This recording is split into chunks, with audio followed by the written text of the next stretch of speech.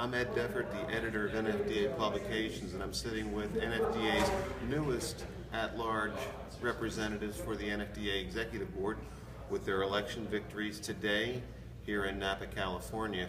I'm with Alec Anderson of Utah, Stephen Kemp of Michigan. Gentlemen, congratulations. Thank you.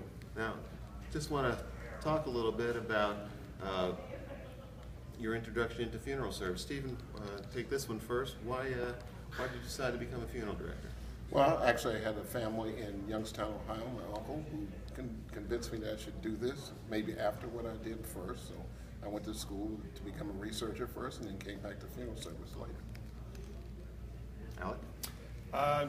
More of a traditional path. I'm a fifth-generation funeral director, and so for my family, it was more sending me out and encouraging me to look around, see what I wanted to do.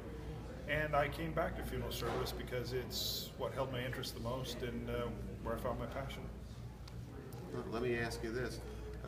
With all the responsibilities that go with being a funeral director, why did you decide to seek a leadership position with the NFDA Executive Board? You want me to take it? Yeah.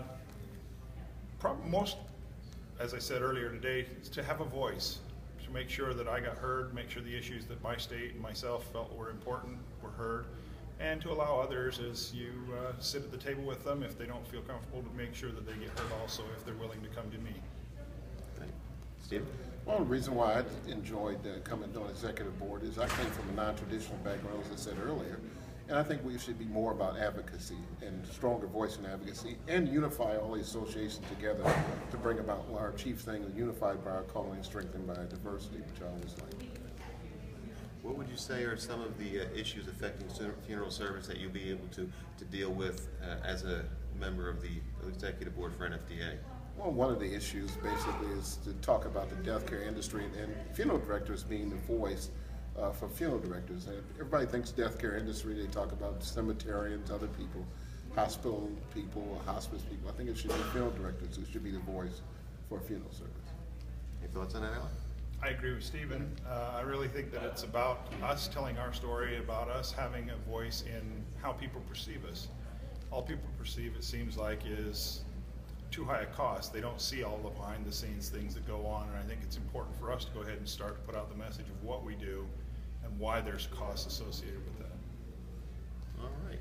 Well, thank you for taking time to speak with me right now. Congratulations again on your victories. Look forward to working with you in the upcoming years, and because you guys know that as members now of the executive board, you're going to have to start doing articles for the Director magazine. So I think That's a requirement. That's a requirement. Okay.